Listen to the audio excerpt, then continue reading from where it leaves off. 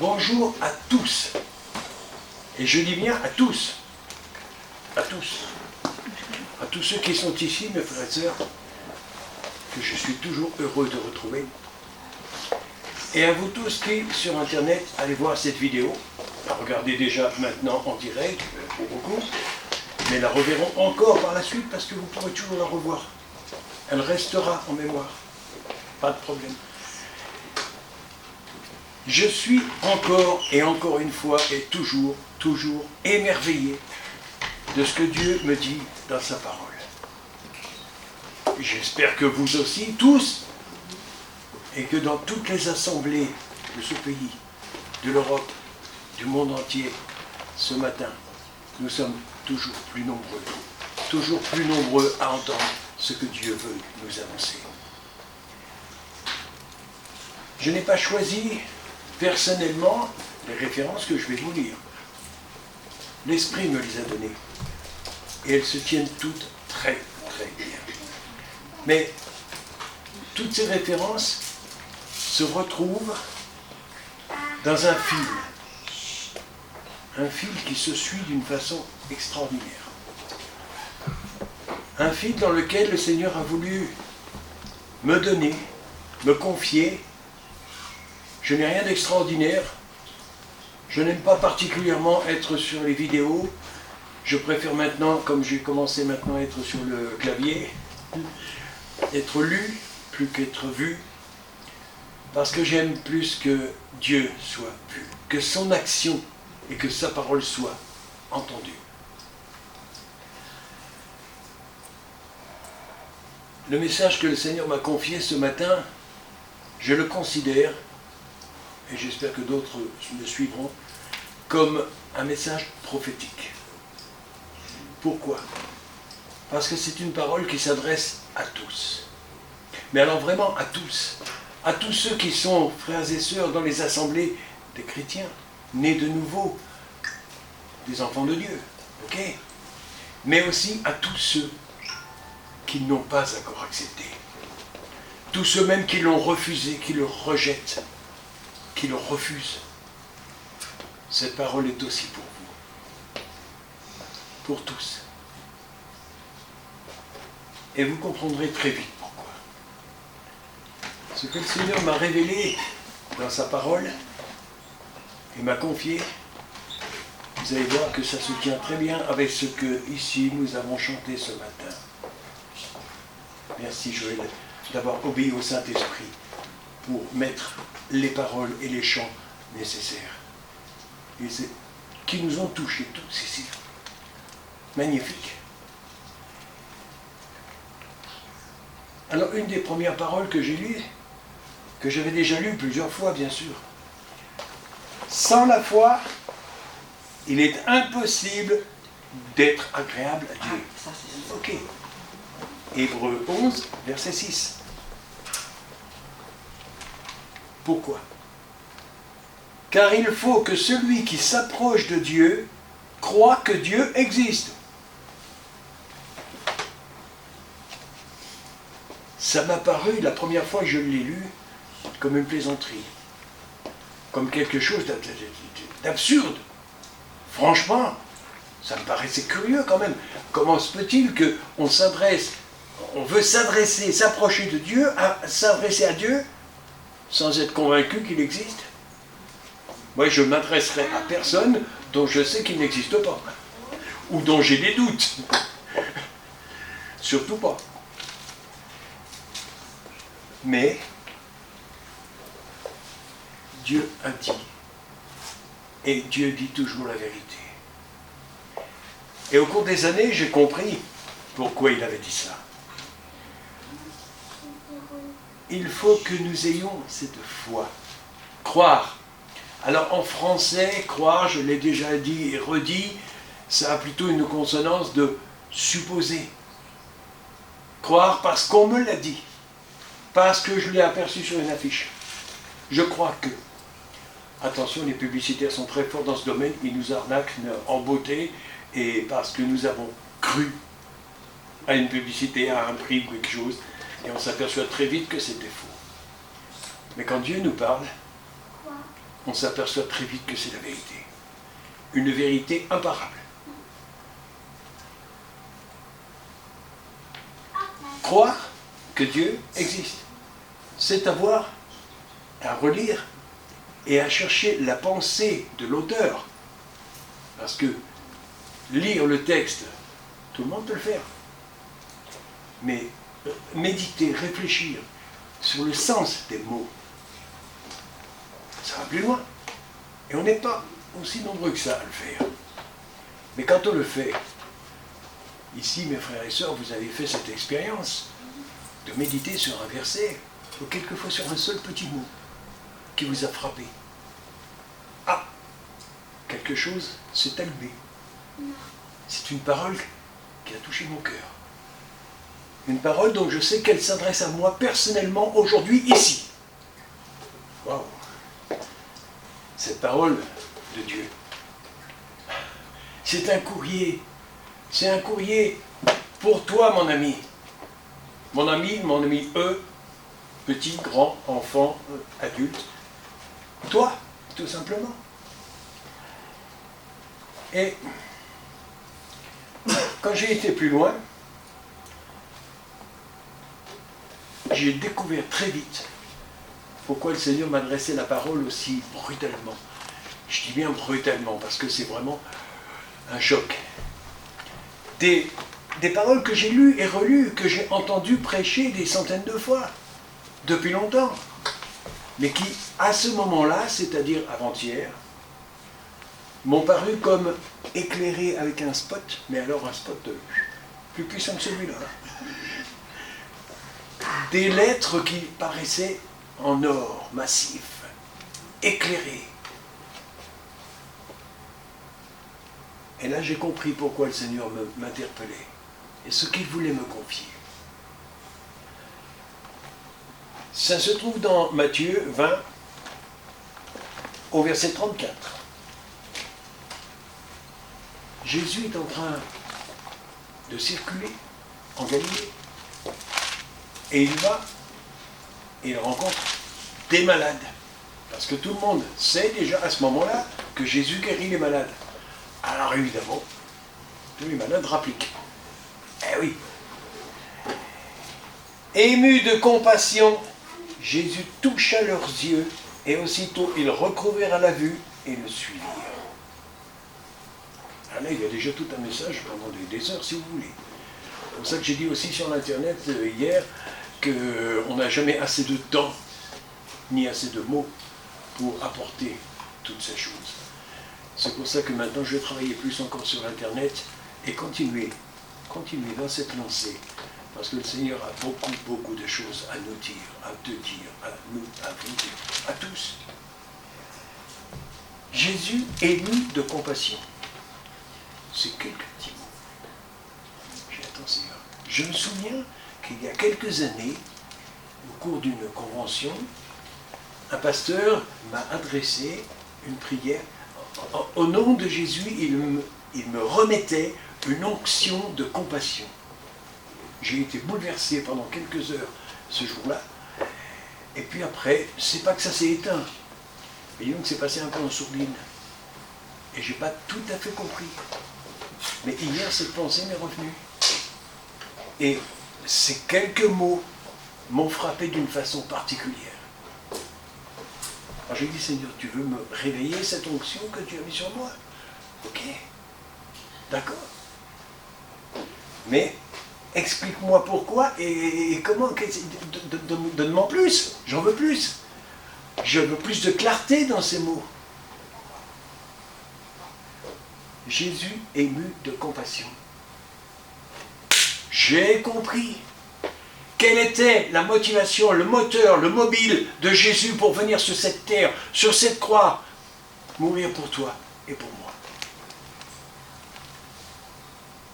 Dieu est un Dieu d'amour et de compassion. Et quand j'ai lu ces mots, j'ai réalisé, comme si je l'avais devant moi, Jésus, ému dans son être, dans son cœur, dans son cerveau, partout en lui, de compassion pour cette personne qui avait perdu la vue, cette personne qui était paralytique, cette personne qui était handicapée, cette personne qui était malade, cette personne qui avait des soucis financiers, ça arrive aussi. Et j'ai dit, ça y est, j'ai compris, Seigneur. Quel était ton moteur pour guérir? Ton moteur, c'était ta compassion, ton amour. Compassion, c'est quoi la compassion? Alors, je me souviens au cours de ma vie de chrétienne, j'ai entendu compassion, j'en ai entendu parler. Et j'ai retenu toujours cette phrase d'un auteur très connu, Thomas à Kempis, qui avait écrit « Je préfère sentir la compassion », il l'appelait à l'époque la componction, ancien français, que d'en savoir la définition. Là, j'ai été un peu plus loin et j'ai dit « Seigneur, je ne veux pas seulement savoir la définition, ok, tu m'as tout dit, mais fais-moi sentir, je veux sentir ce que tu sentais.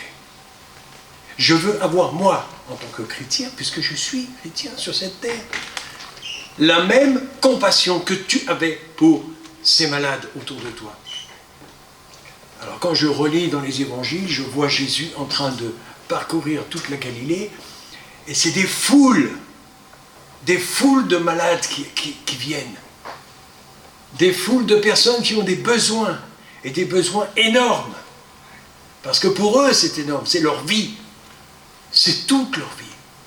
Le paralytique, il voudrait bien courir, pas pour faire du sport ou du jogging, mais pour aller et venir et aller proclamer sa guérison. L'aveugle, il est tellement heureux de voir, et pas seulement d'entendre et de supposer les choses, mais de les voir vraiment. C'était formidable. J'ai dit, alors je comprends maintenant pourquoi. Je comprends pourquoi, Jésus, tu avais au fond de ton cœur cette compassion, cet amour. Le mot amour est trop petit. Nous avons des mots. Ils sont tellement faibles, tellement... Ils ne sont pas toujours agréables à entendre et ils ne sont pas toujours adaptés à la pensée exacte.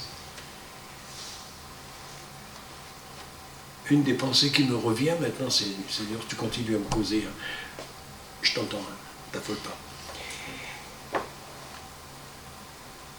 Lorsque l'apôtre Paul nous dit qu'il faut être recouvert, nous autres chrétiens, de toute l'armure, de toutes les armes, il cite les armes une par une, et en particulier une qui me revenait en image dans l'esprit, le bouclier.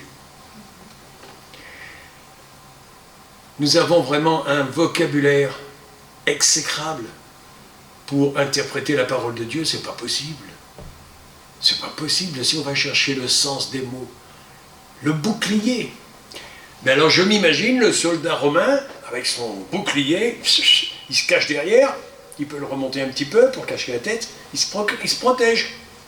Oui, mais attention, c'est une image qui n'est pas juste, hein, parce que ça vient de gauche, ça vient de droite, ça vient d'au-dessus, ça vient d'en dessous, ça vient de derrière, il est touché quand même.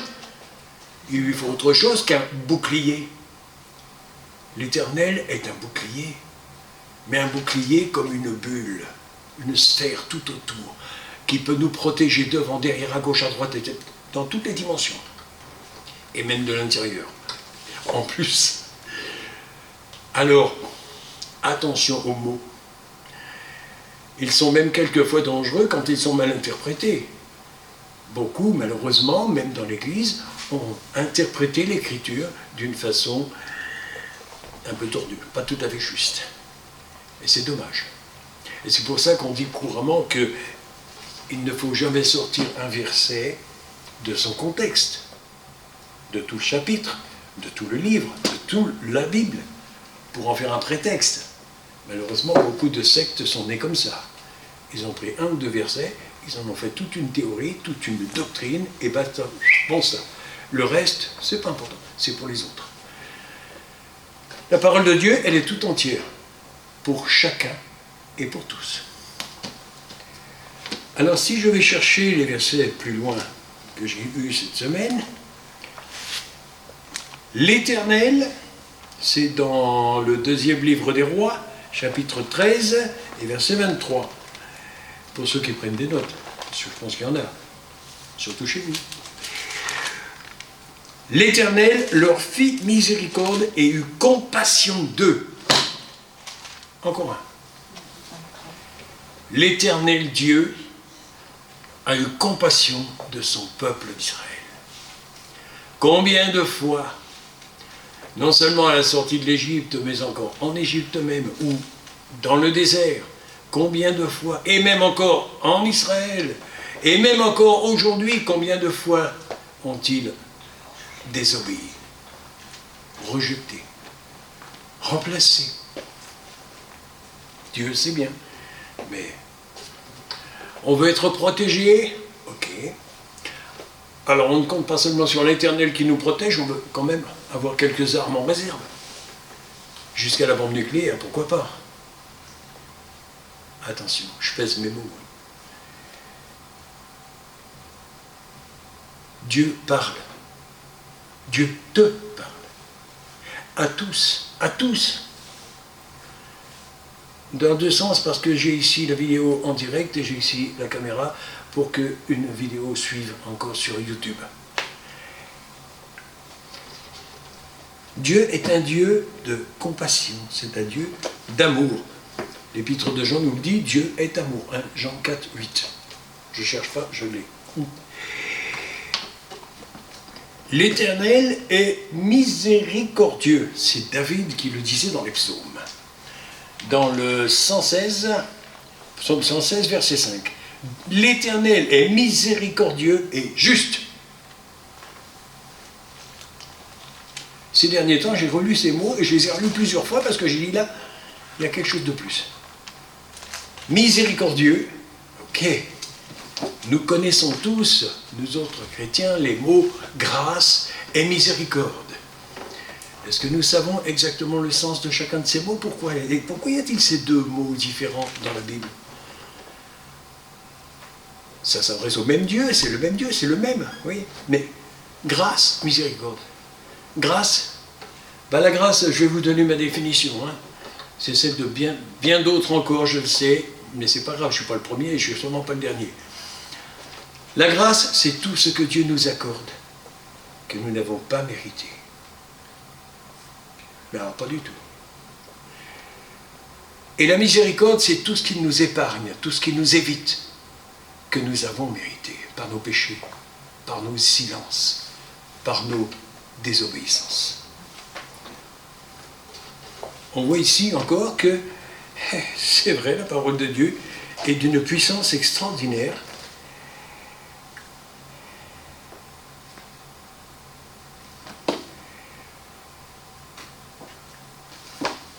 En quel temps et en quel lieu Dieu est-il aussi miséricordieux envers nous? En quel temps et en quel lieu Dieu a-t-il pour nous une grande compassion? Seulement quand nous sommes malades? Ou dans le besoin? Ou dans la détresse, comme beaucoup en France actuellement, dans le sud? Il y a des sacrées détresses. Hein. Tout perdu. La voiture, la maison, la route. Des dégâts extraordinaires. Est-ce que c'est seulement dans ces temps-là que Dieu a de la miséricorde et une compassion pour nous? Parce qu'il est actuellement en train de souffrir. Et là, j'ai compris autre chose. Pourquoi l'apôtre Paul disait, ça je ne l'avais pas compris du tout, les premiers temps non plus, pour moi c'était vraiment à côté de la plaque. Hein. Pourquoi l'apôtre Paul dit-il que nous sommes appelés à partager les souffrances de Christ? Oh!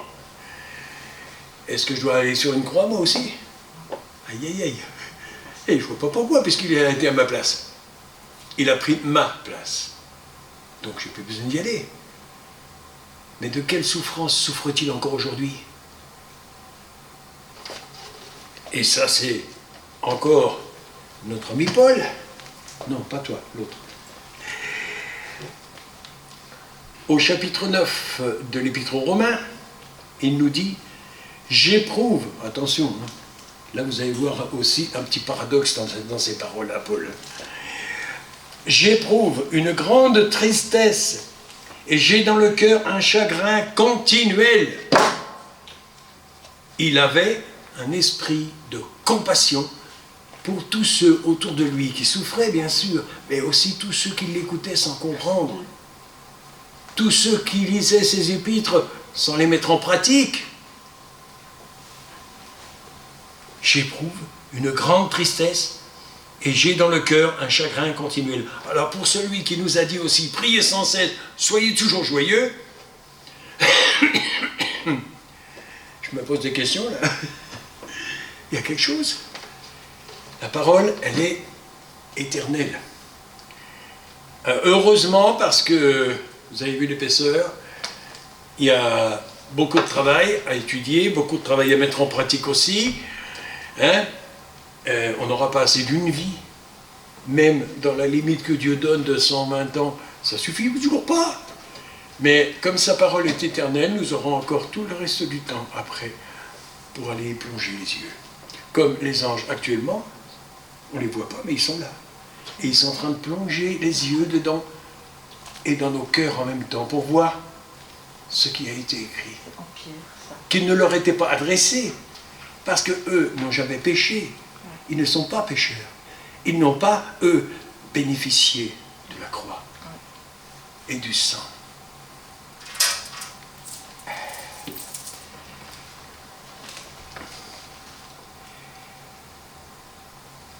Alors je reviens avec Jésus. Voyant la foule,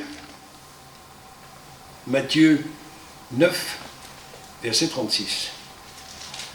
Voyant la foule, je vous l'avais dit, il y avait des foules qui venaient. Dès qu'on savait, il n'y avait pas besoin de publicité ni de radio là à l'époque, hein, il n'y avait pas Internet non plus. Mais dès que de bouche à oreille on se disait, hey, il y a Jésus qui vient dans le village à côté, on y va. Voyant la foule, il fut ému de compassion pour elle. Wow. Alors, quelle est cette parole? Quelle est cette prophétie que le Seigneur nous adresse aujourd'hui à nous tous? Et je dis bien encore une fois à tous, et je vais vous expliquer pourquoi. Parce qu'il veut, oui, nous revêtir d'un nouveau manteau. Nous nous sommes fait cette réflexion ce matin dans cette église. Dieu voulait nous débarrasser de notre manteau de désobéissance, de péché, d'ignorance, de méconnaissance, pour nous revêtir du manteau de sa gloire. Ok. Et on a tous dit oui, Seigneur, vas-y, viens, viens Saint-Esprit, remplis-nous de cette gloire. Remplis-nous, fais-nous la voir, nous voulons voir ta gloire. Eh bien, moi aussi, je veux voir sa gloire. Et je sais que je ne vais pas tarder à la voir. La voir et même l'entendre. Parce que Dieu dit ce matin, je veux vous revêtir, vous, mes enfants, dans l'Église, d'un manteau de compassion. Attention, c'est douloureux. Un manteau de compassion comme Jésus en avait un, dès qu'il voyait une personne souffrante. Alors, frères et sœurs, dans les assemblées, ici et ailleurs, je vous pose une question. Une question toute simple dont je connais déjà la réponse, mais c'est pas grave. Gardez-la pour vous. Êtes-vous de ceux qui ne voient pas et qui n'entendent jamais une souffrance autour d'eux? Dans votre famille, vos enfants, vos petits-enfants, vos grands-parents dans les EHPAD, il n'y a pas de souffrance? Où voyez-vous qu'il n'y en a pas dans ce monde actuellement? Il y en a partout.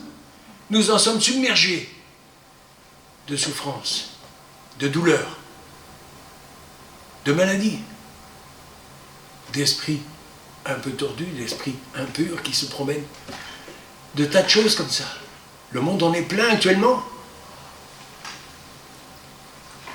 Alors pourquoi Jésus veut-il aujourd'hui venir chez chacun de nous et tous ensemble, nous revêtir de ce manteau de compassion pour la souffrance de l'autre?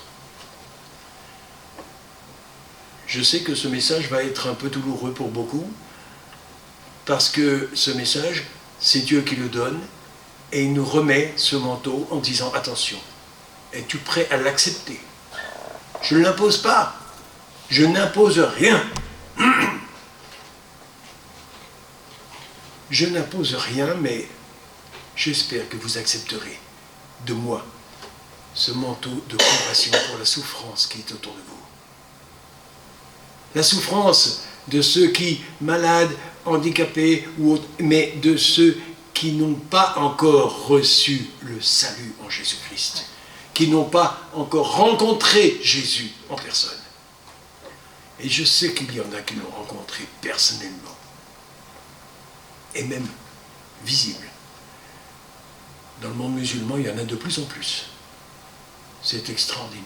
Jésus se montre. Là où on refuse, là où on doute au maximum, là où on rejette, parce qu'on est submergé par des paroles ecclésiastiques, entre parenthèses, qui ne sont pas toujours selon la parole de Dieu, alors à partir de là, on dit stop, j'en veux pas. Pour moi, c'est pas vrai, c'est pas possible, c'est impossible.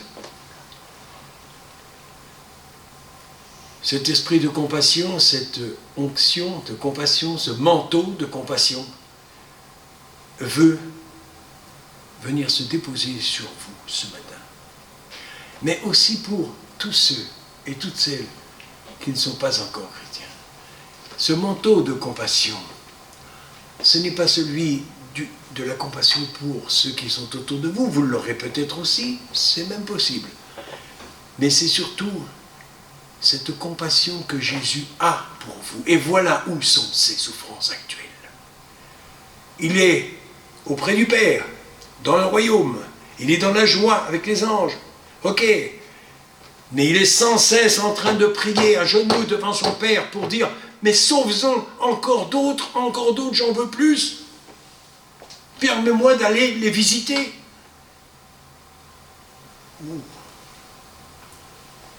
L'onction est là ce matin, je la sens. Comme jamais je l'ai senti.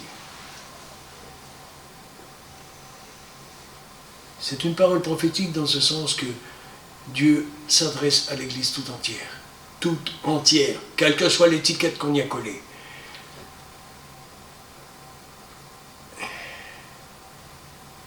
Mais ce manteau de compassion s'adresse au monde entier. Au monde entier, en lui disant, toi qui ne m'as pas adopté encore, toi qui n'es pas entré encore dans ma grâce, dans ma miséricorde, dans ma parole, dans mon Église, toi qui n'es pas encore au milieu de tes frères et sœurs, toi qui souffres d'une souffrance X, Y, je veux poser sur toi ma main de compassion pour que tu sois guéri. Il y a ce matin, ici ou ailleurs, partout, des personnes souffrantes, de toutes sortes de souffrances. J'en connais personnellement. Et s'ils sont là pour nous regarder, aujourd'hui, demain ou un autre jour, avec la vidéo, je te le dis, Dieu te parle ce matin. Il parle à son Église, il parle au monde, mais il te parle personnellement, à toi, pour te dire, je veux déposer sur toi cet esprit de compassion pour te guérir. Parce que regardez bien dans les textes, quand Jésus voit la foule, il est ému de compassion pour les malades, pour la foule. Et que fait-il de cette compassion?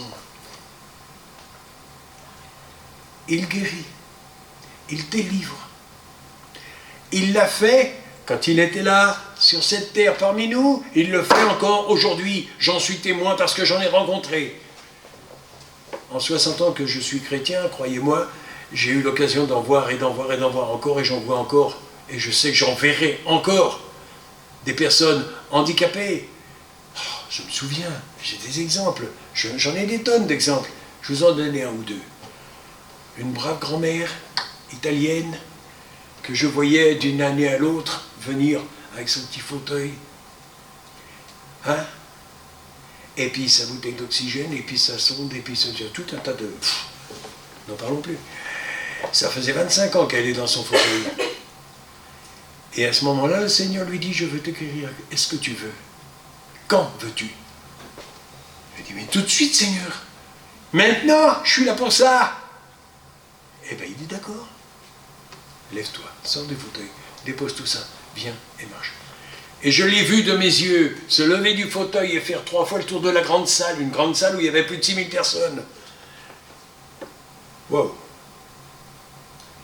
Je l'ai vu encore aussi en Roumanie quand j'y suis allé. Un enfant paralytique, de naissance, 21 ans, membre inférieur, neutre, dur.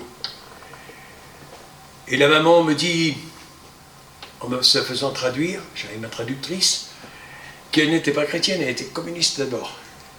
Chrétienne peut-être un autre jour. Et la maman me dit, tu es venu avec la parole de Dieu, tu es venu ici, Dieu t'a envoyé pour guérir mon enfant. Ouh, je dis, attends, calme ta colère, madame. Tu as une Bible aussi? Ouvre-la. Marc 11, 24. Ce que tu demandes aujourd'hui, crois dans ton cœur que tu l'as reçu et tu verras s'accomplir. C'est le terme. Ok. Et moi je continue tranquillement à 3,50 m, 4 mètres à peu près, à prendre mon petit café qu'elle m'a servi avec un biscuit, c'était gentil pour tout, hein, malgré sa colère. Elle avait beaucoup d'amour. Et au bout d'un moment, j'ai fini mon café, je pose la tasse, je mets la cuillère dedans, je me retourne et j'ai dit, bah alors, quelle est la réponse? Vous connaissez peut-être pas le roumain, mais vous savez tous que oui, chez eux, ça se dit da. Et en cœur, da. Je suis ok, d'accord. Je me lève, je tends les bras. Je dis, montre-moi. Et le gamin se lève de son fauteuil, de son canapé, parce qu'il n'avait pas les moyens d'avoir un fauteuil roulant, trop cher. Il se lève de son canapé et en marchant, il vient jusqu'à moi me prendre dans ses bras. Je le sens encore. Wow. Je dis, ok Seigneur. Et je peux vous dire, si j'ai cité ma traductrice, c'est que ce jour-là, elle était plus communiste, elle s'est convertie tout de suite. Et ensuite, on l'a vu régulièrement à l'église. Hein. Elle a continué à s'instruire, à dire, là, ça c'est pas du baratin, c'est pas du discours, c'est du concret, c'est du solide. J'en veux encore. Je suis d'accord. On en veut tous encore. On en veut tous encore, parce que lire la parole de Dieu, la méditer, c'est bien. Mais l'apôtre Jacques nous dit, à la fin, hein, mettez-la en pratique. Ben oui, parce que lire le texte, sans le mettre en pratique, c'est un peu comme l'automobiliste qui voit très bien les panneaux, il les a appris par cœur, il sait que c'est une interdiction de dépasser, et il dépasse quand même. On l'a vu ce matin. Hein? Il ne met pas en pratique. Et qui est responsable? C'est pas celui qui a mis le panneau, hein? C'est bien celui qui a roulé. Et qui est responsable d'une souffrance qu'on n'a pas remis au Seigneur? C'est pas le Seigneur. Non, c'est pas le Seigneur qui est responsable des guerres et des cataclysmes. Faut pas rêver, hein? Non. Puisqu'on a dit que c'est un Dieu d'amour et de compassion. Comment pourrait-il avoir, par compassion, l'idée de nous balancer des catastrophes comme il y en a? Ou des virus? Non, c'est pas lui. C'est l'autre en dessous. Mais l'autre en dessous, l'adversaire, comme on l'appelle, le diable, hein, comme beaucoup l'appellent, on peut lui donner toutes sortes de noms qu'on veut. Hein. Il s'en fout de toute façon, il les connaît pas. Mais une chose est sûre, c'est qu'il est déjà vaincu depuis longtemps, lui. Ça fait 2000 ans, avec la croix. Déjà dans le désert, Jésus passe, il lui sort quelques petites tentations. Stop. Il est déjà vaincu. Une fois. Il revient à la charge. Hein? Au moment de la croix. Il dit, t'as vu? Je t'ai eu. Je t'ai foutu. Manque de peau, 3 jours après, il est ressuscité. À ce jour-là, une chose est sûre, l'adversaire, il s'est bouclé. Il a continué à s'adresser à nous, humains, mais plus à lui. Non, non. Il s'adresse au Père de temps en temps pour lui demander l'autorisation de faire du mal quelque part. Et non, il n'a jamais eu d'autorisation. Il les prend. Comme on dit chez nous, hein, il n'a pas le droit, il prend le gauche. Et nous avons aujourd'hui un droit individuel, collectif, absolu. Dieu a demandé ce matin, qui veut recevoir de moi ce manteau de compassion pour les autres? Attention, dis pas oui trop vite, hein, parce que ça va. C'est comme le baptême, hein. On dit le baptême c'est magnifique, c'est le début, mais c'est le début des souffrances, c'est le début des douleurs, c'est le début du chemin de guerre. Ça, on oublie souvent de le dire. Parce que c'est à partir du moment où vous êtes baptisé qu'automatiquement, l'adversaire il vient à la charge pour essayer de vous retirer de l'autre côté. Vous savez, quand vous êtes changé de bord, il prend la manche et il tire de l'autre côté pour revenir, je reviens chez moi, je vais tirer bien. Comme il n'en a pas à faire, c'est loupé. Si nous recevons ce matin ce manteau de compassion, il faut nous attendre à souffrir. Mais à souffrir avec une souffrance spéciale. Une souffrance, je dirais presque joyeuse. Je recompulse un tout petit peu mes notes parce que j'avais une petite note dans laquelle j'avais une définition. Bon, c'est pas grave, c'est pas le plus important. Ça, c'était mes notes. Sinon, les tiennes sont plus intéressantes. Nous avons reçu Jésus dans nos vies. Nous avons accepté d'être appelés chrétiens, c'est-à-dire serviteurs de Dieu. Suivre Jésus. Suivre Jésus, mais par où? Les disciples l'ont suivi. Et vous avez vu par où il les fait passer? Aussi par la souffrance. Et par la vision de la souffrance du peuple. De toutes sortes de souffrances. Alors beaucoup m'ont dit, moi j'aimerais bien revenir du temps des disciples et vivre ce temps-là avec Jésus à côté. Là, mais il est là. Il est là. Et ce n'est pas du tout un hasard, ni une malédiction si Jésus nous a fait ni naître maintenant. Moi, il m'a fait naître en 1946, après les hostilités, comme on dit, avant les prochaines. Il sait ce qu'il fait. Il nous connaît. Comme il nous dit dans la parole, il nous connaît avant que nous soyons conçus dans le sein de notre mère. Avant notre naissance, avant notre conception, bien avant. Ah ouais. Puisqu'il est Dieu, puisqu'il est éternel, il a donc un pouvoir absolument éternel et permanent. Il vit, lui, dans le ciel, mais dans un temps présent, éternel. Il est toujours présent. Et c'est pour ça qu'il dit à Moïse, je suis celui qui suis. C'est-à-dire, on ne sait pas encore si c'est vraiment le verbe suivre ou le verbe être. Vous voyez, le français, c'est un petit peu difficile à traduire quelquefois. Moi, j'ai compris que ça voulait dire qu'il est éternellement. Il est celui qui est et qui sera toujours. Parce qu'il est Dieu et qu'il est l'éternel. Alors, bien sûr, on peut argumenter pour dire, moi, je ne veux pas de religion. Je ne veux pas aller dans telle ou telle église. C'est un droit.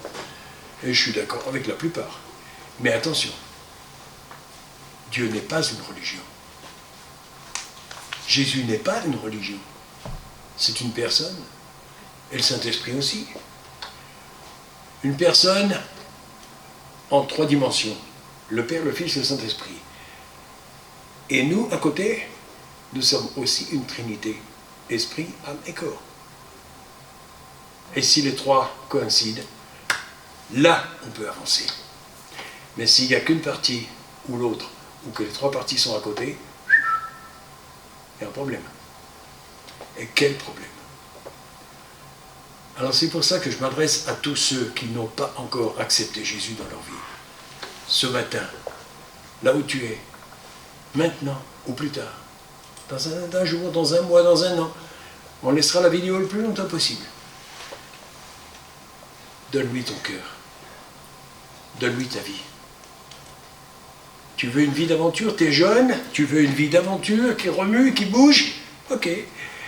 Eh bien, va à Jésus, tu vas être servi. Hein. Parce que moi, je peux te le dire, hein, j'en ai déjà bien.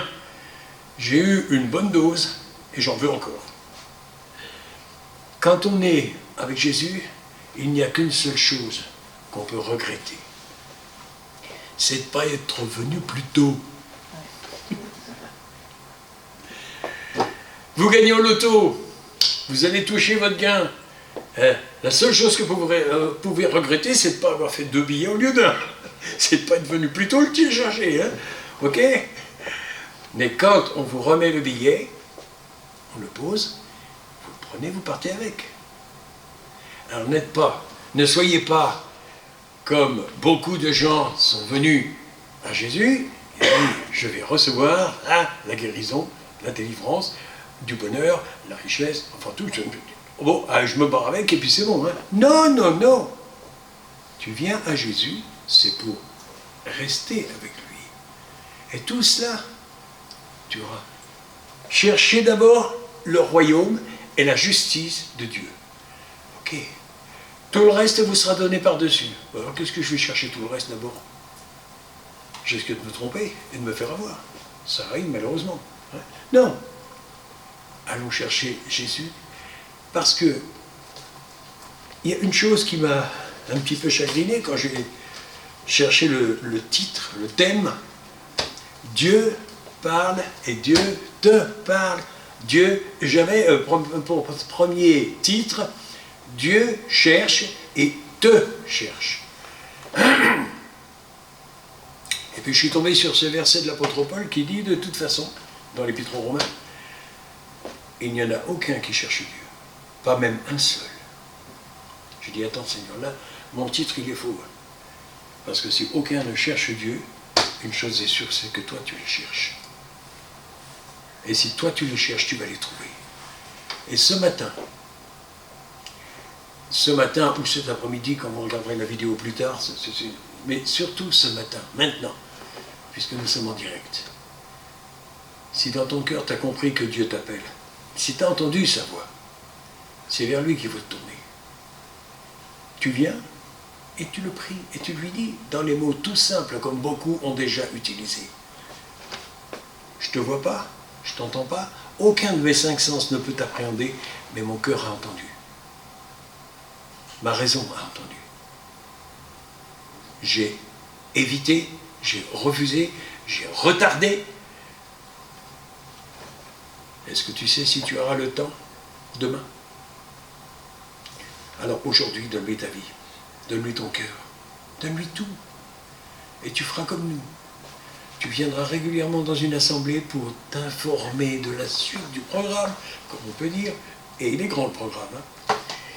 Mais tu auras aussi le privilège et le bonheur de partager l'amour et l'amitié fraternelle, de partager tes soucis avec les uns et les autres de confiance pour arriver à en sortir.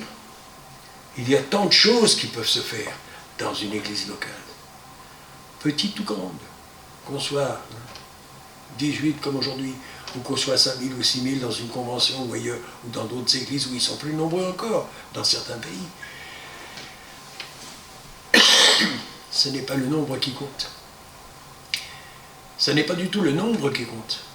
Parce que Jésus s'adresse à une seule personne, toi, aujourd'hui, ici, maintenant.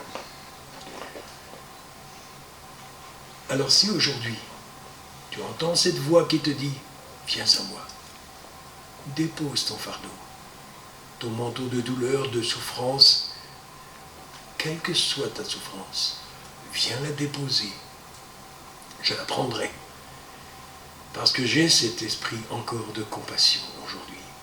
Parce que auprès de mon Père, là-haut, je suis encore en train de pleurer et de souffrir de ta souffrance. C'est ça la compassion. Et l'apôtre Paul le disait bien lui-même aussi. Hein? T'as la bonne page, donc à faire, ça colle. J'éprouve une grande tristesse et j'ai un cœur, dans le cœur, un chagrin continuel. Pourquoi était-il continuel? Simplement parce qu'autour de lui, il avait toujours eu, et il a toujours eu, de la souffrance à voir et à entendre. Et nous en avons aussi.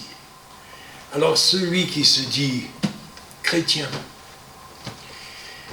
disciple de Jésus, Sache, mon frère, ma sœur, que cet esprit que Jésus avait en lui, quand l'apôtre Paul nous encourage à ressembler à Jésus, eh bien, cherchons à lui ressembler dans ce domaine-là aussi. En allant, non pas aller chercher la souffrance. Je ne vais pas aller dans l'hôpital du coin là-bas ou le grand hôpital de Mulhouse pour aller guérir tous les malades autour de moi. C'est pas ce que Dieu me demande. Il enverra peut-être quelqu'un d'autre, je ne sais pas, ça peut arriver. Ça peut arriver, oui. C'est sa volonté. Mais que dans ton cœur, il n'y ait pas en priorité qu'est-ce que Dieu peut faire pour moi. Il peut tout. Rien ne lui est impossible. Luc 1, 37. Ok ? Rien n'est impossible à Dieu. Donc à partir de là, pose-toi une autre question. Qu'est-ce que Dieu veut pour moi? Qu'est-ce que Dieu a en réserve pour moi? Qu'est-ce qu'il vient aujourd'hui m'offrir? Et il te répondra, crois-moi. Oui, il te répondra, parce qu'il m'a répondu moi aussi. Et il a répondu à mes frères et sœurs qui sont ici aujourd'hui, et à tous ceux qui sont à l'écoute et à la vision. C'est bien ça. Je disais aussi que nous n'avons jamais assez de temps pour tout dire et pour tout voir. Et comme il est l'heure, je vais être obligé de m'arrêter. Mais j'aimerais, Seigneur, tu m'as entendu, tu as compris, tu lis dans mon cœur avant que je prononce les mots. J'aimerais un jour avoir plus de temps, et avoir tout le temps. Faire les prolongations, comme on dit en football. Hein? Oui, parce qu'il y en a à faire. Il y en a beaucoup. Alors mon ami, mon frère, ma sœur, tu reçois aujourd'hui ce manteau de compassion. Attends-toi à souffrir, mais attends dans la joie. Parce que quand tu souffriras, tu feras comme Jésus. Tu imposes une main, un baiser, un regard, une poignée de main, et la personne est guérie, délivrée de son fardeau. C'est vrai, ça existe, je l'ai vu, et je le verrai encore. Et nous le verrons tous, ensemble. Merci, Père, de tout ce que tu m'as remis. Merci pour les fruits qui vont maintenant venir. Nous avons tous prié dans l'église pour un réveil. Arrêtez de prier pour un réveil, c'est fini. Il est en train de sonner, levez-vous. Levons-nous, tous ensemble. Même si on est mal vu, critiqué, rejeté, mis en prison, c'est pas grave. Vous savez, quand un chrétien est mis en prison, il y en a 50 qui arrivent de l'autre côté. Et quand il y en a 50 qui sont mis en prison, ben, il n'y a déjà plus de place dans la prison, mais il y en a 5000 qui arrivent encore plus loin. Il y en a toujours. Le Seigneur a toujours des réserves. Nous ne sommes jamais seuls. Amen. Amen.